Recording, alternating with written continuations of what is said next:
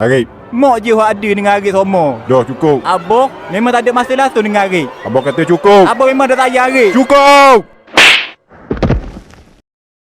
Kurang ajar. Mu berani tinggi suara dengan abang lah ni Mu ingat abang kerja pagi balik malam tu saja ke Mu nak mikir pula.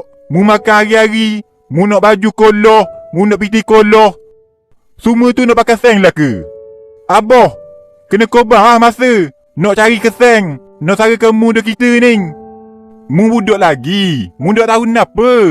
Kerja mu tahu nak mitok Kalau mitok untuk pelajar orang tu tak apa kok.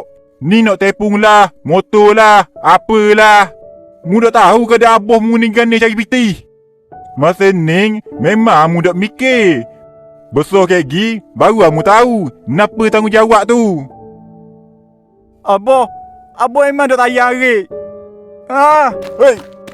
Hei budak ni.